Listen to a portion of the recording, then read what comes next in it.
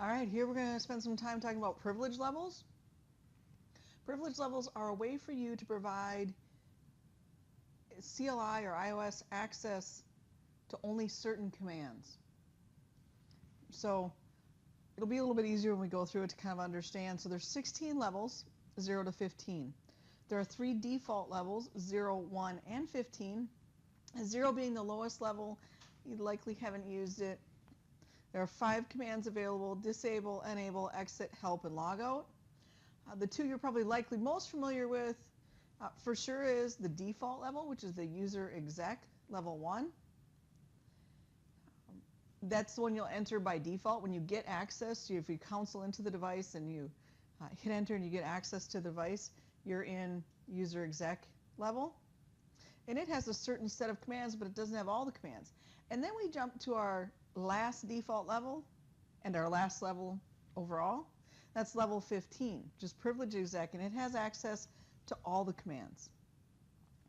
Likely somewhere, in order to secure your devices, there's likely a middle ground somewhere in there for you, where it's like, okay, so I have senior engineers and junior engineers, or whatever you want to call them, and I have just maybe 1 or 2 folks that have access to level 15, but maybe I have 10 folks that are able to get on these devices to kind of help us troubleshoot them, figure out what's going on. And I have different levels for them, and they get a different set of commands. And we can do that via custom levels. Our custom levels can be configured. Those are levels 2 to 14.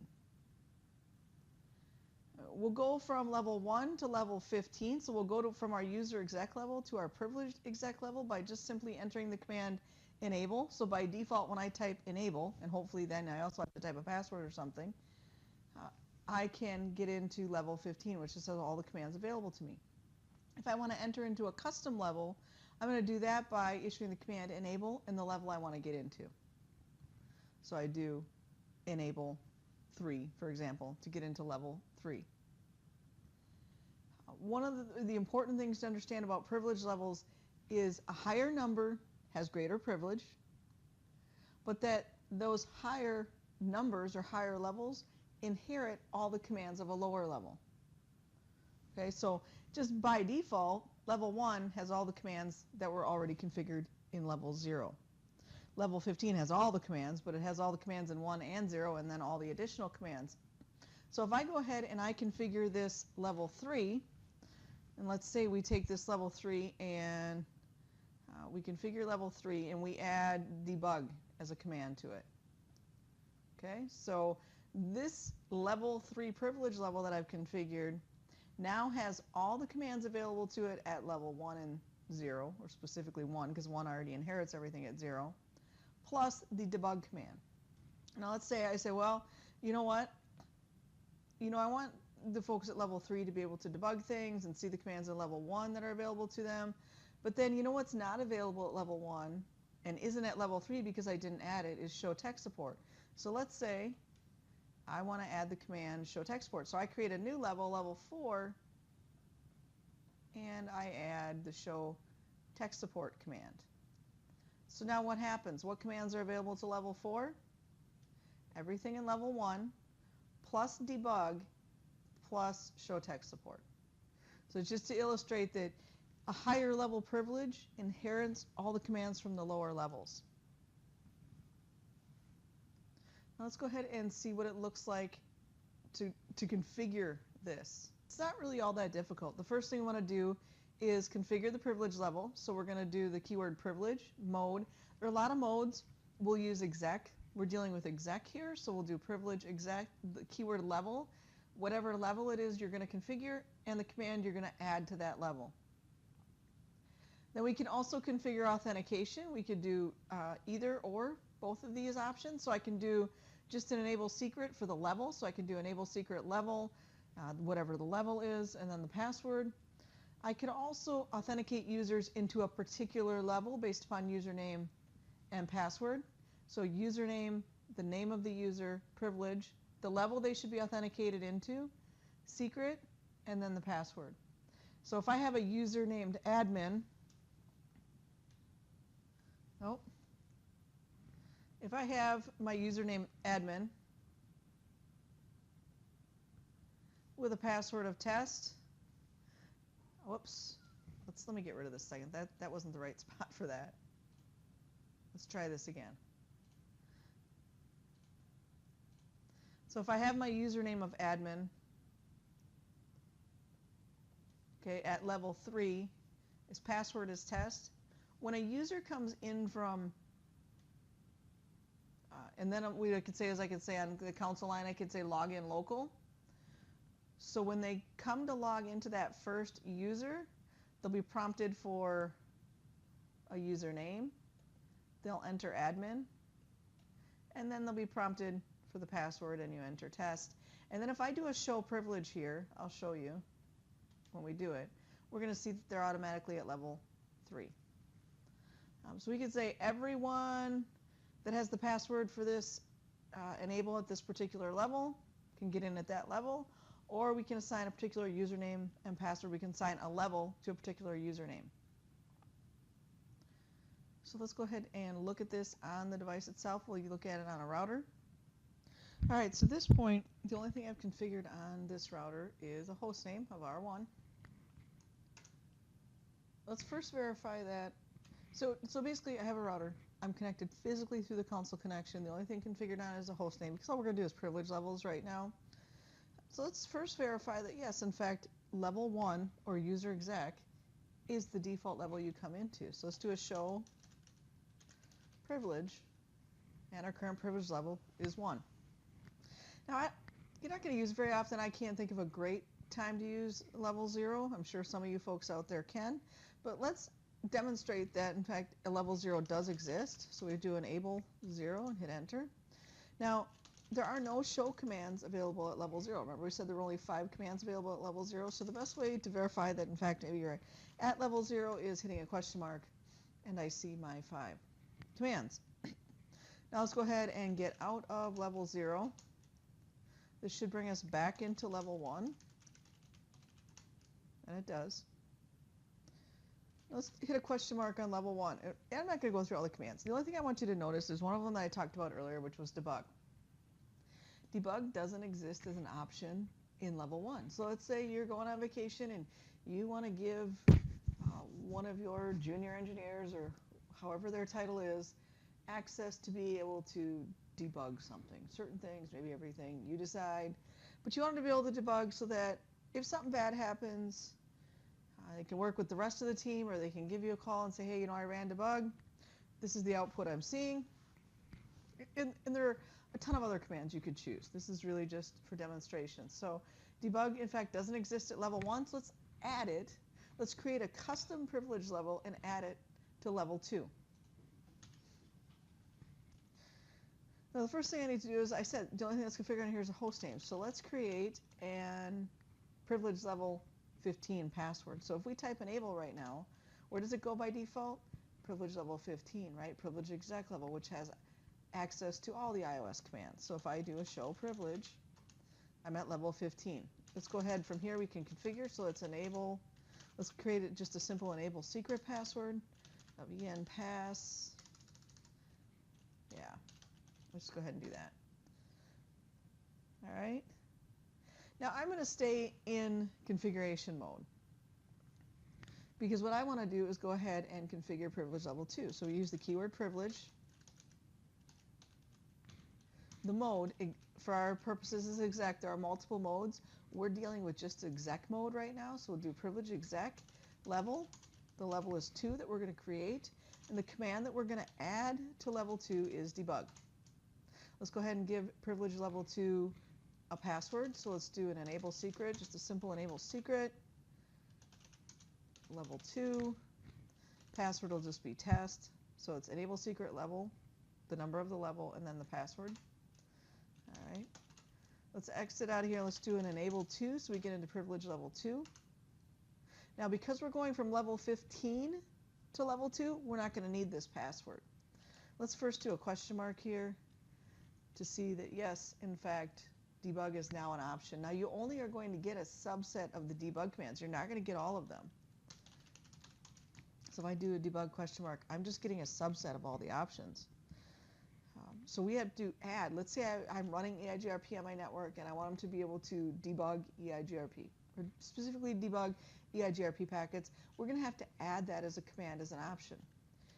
Here's the other thing that I want you to notice. Let's go back to this. So we have our debug command, and it says see also undebug. If I can debug something, I need to be able to turn that debugging off. So let's space through, wow, and see that, QRSTU, we have no undebug. So if I'm going to give privilege level 2 the option to debug, I also specifically have to give them the option to undebug. So let's exit back first. Let's first go into user mode, enable 2. Let's notice if I'm in user, so if I'm in level 1 wanting to go to 2, then I need to enter in my password. And I do a show privilege. Okay. Now, my privilege level 2 user wants to be able to configure something. First of all, not an option. Let's say they know that enable by default brings us into 15, level 15. Sure, but assuming you gave them access to only level 2, I would then assume or like to think that you didn't give them the password for level 15, so they get all of them wrong. So that as an administrator, or a senior engineer, or whatever you want to call me, or you, we need to now go give privilege level 2 before we go on our vacation. They need the ability to shut off debugging. A couple things they need. When we did debug ? There was no debug EIGRP as our default options. So I want them to be able to debug EIGRP packets. Also, there was no undebug. So let's first add undebug. So we'll go into config T because we are the administrator, right? Or the senior administrator, or however your title is. And let's do privilege exec level 2. And the command is undebug. And let's exit back. Let's do enable 2. Remember, because I'm going from 15 to 2, I don't have to put in the password. Now, I demonstrated up here. No, I didn't. It was way up there. Sorry. I demonstrated up here that someone at level 2 doesn't have the password to get to level 15, so they can't get in. Now, from this point forward in the video, just for ease, for efficiency, I'm just going to go, because you and I both know what the privilege level 15 or enable password is. From this point on, I'm just going to start going into 15 now. You know that a level 2 user could not do that because they would not have the password. We do, and for the purposes of demonstration, we're just going to go back and forth more efficiently. So enable 2, the first thing I want to do is see that, okay, was debug added? Or undebug, sorry.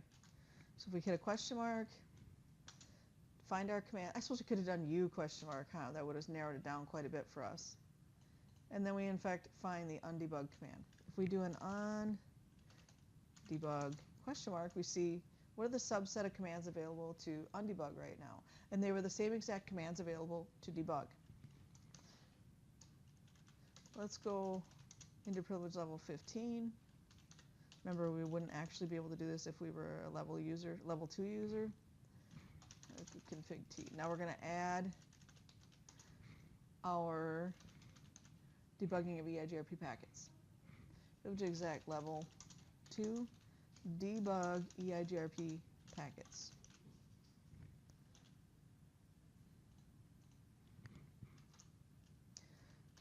Now let's go into privilege level 2 and let's do debug question mark, and we see EIGRP now that we didn't see before.